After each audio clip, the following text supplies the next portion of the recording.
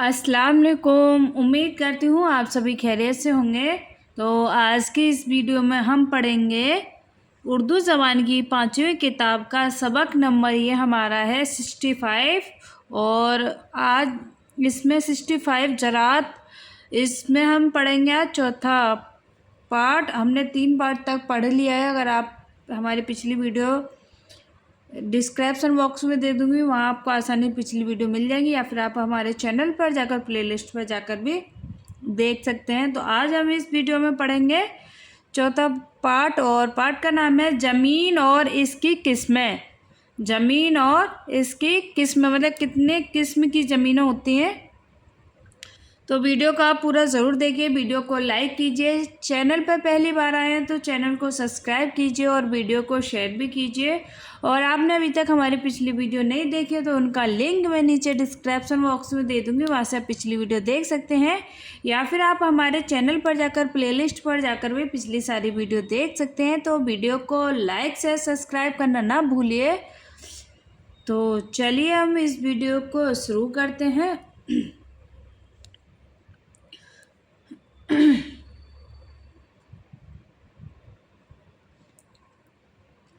बिस्मिल्लाहिर्रहमानिर्रहीम। ज़मीन और इसकी किस्में। नंबर 1, तुम पढ़ चुके हो कि पत्थर पुराने होते और घिस घिसाकर मिट्टी बन जाते हैं। इतना और याद रखो कि ये मिट्टी या तो इसी मकाम पर रहती है जहाँ वो बनी है, या पानी इसको ऊपर मकामात से नशीब में बहा लाता है और वहाँ तय व तय जमा होती रहती है। सबसे ऊपर वाली तय जिस कदर बोने के लिए बिल से तोड़कर हुआ हवा और धूप में लाई जाती है,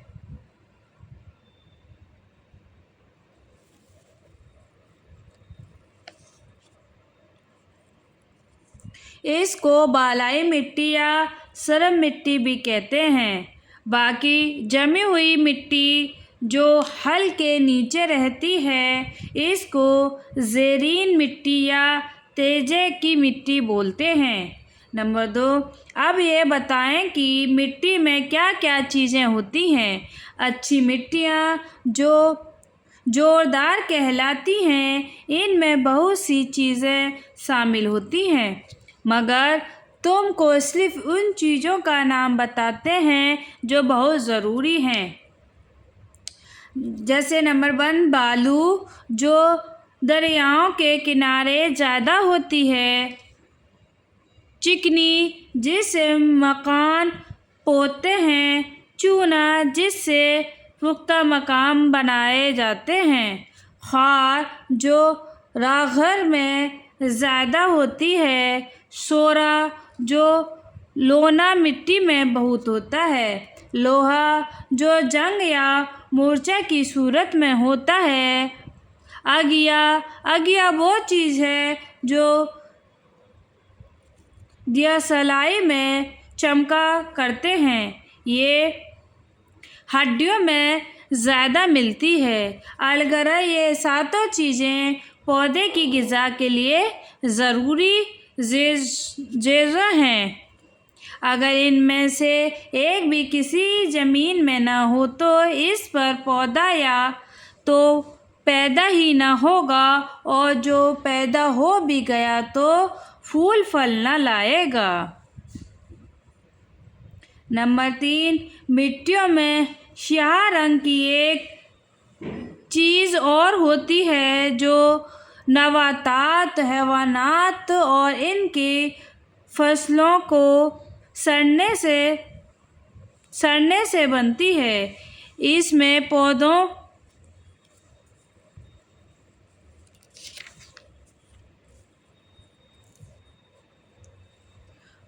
की खुराक की सब चीज़ें होती हैं। पौधे की ग़िज़ा, खाद, दर हकीकत ये चीज़ है। ये सब चीज़ें अलहदा अपनी असली हालत में ज़रात के लिए महज बेकार हैं, मगर जब आठों आपस में अच्छी तरह मिल जाती हैं तो वो मिट्टी बनती है, जिसको खतार या मज़रूआ मिट्टी कहते हैं, क्योंकि इस मिट्टी में जमला अक़साम नबातात के परोश करने की क़ुव्वत होती है। जिन मिट्टियों के अंदर उन 8 में से एक चीज़ भी बहुत कम या बहुत ज़्यादा हो तो इसे औशर कहते हैं। और इसी में हम ये 5वां पार्ट भी पढ़ेंगे, हल और इसकी किस्में। नंबर 1, बताओ हल क्या चीज़ है। हल क्या चीज़ है? हल जोतने और बोने का आला है। हलों की किस्में, इनके नाम और इनकी पहचान भी बता दीजिए। हल 2 किस्म के होते हैं। एक वो जो हमारे देश के हैं, उनको देशी हल कहते हैं। ये हल लकड़ी के होते हैं, सिर्फ भार लोहे के होती है। देखो, देसी हल ऐसा होता है। और नंबर 2, दूसरे किस्म के हल वो हैं जो और देश के हल देखकर आप बनाए गए हैं। ये हल लोहे के होते हैं। इनमें एक पुर्जा ज़्यादा होता है, जिसको सेना कहते हैं। इन तरकी दादा हल कहलाते हैं। ये देखो, ये दोनों तरकी दादा हल हैं, यानी इस तरीके से ये दोनों तरकी दादा हल हैं।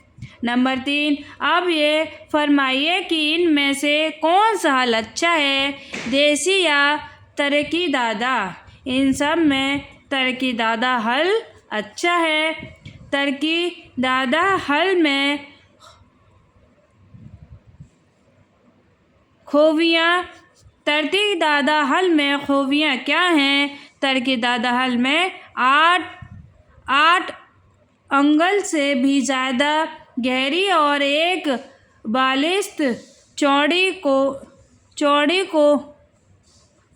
कोण बनाते हैं, जिसकी गहराई यकसा होती और मिट्टी तोड़कर एक तरफ गिर जाती है। देसी हल की कोंडी 4-6 उंगली गहरी, ऊपर से 8 उंगली चौड़ी और नीचे से पतली होती है। मिट्टी टूटकर आधी उधर उसी कोण में गिर जाती है। सख्त ज़मीनों की जुताई तरकी दादा हल से बेआसानी होती है। ज्वार, मिट्टी, अरहर और तिल के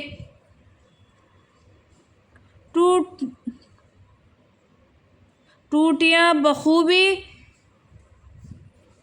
अड़ जाती हैं। देसी हल इनको उखेड़ सकता।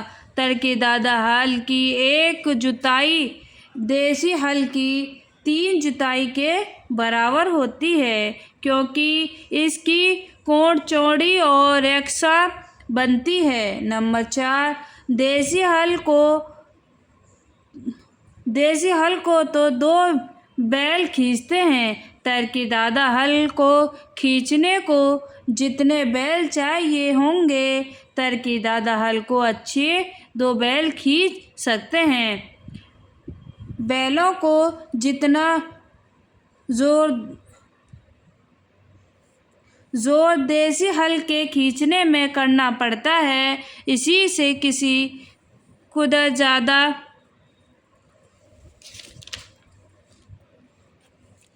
तरकी दादा हल के लिए चाहिए। इसकी आजमाइश यूँ हो सकती है कि इन दोनों हलों की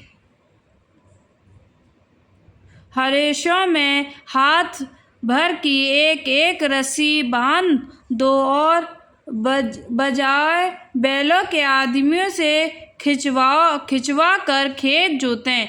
इस किस्म इस वक्त मालूम होगा कि जितना ज़ोर आदमियों के देसी हल में खींचने में करना पड़ेगा, तकरीबन इसी कदर ज़ोर तरकीदादा हल के खींचने को चाहिए, मगर तरकीदादा हल इससे दुगना बल्कि तिगना काम देगा।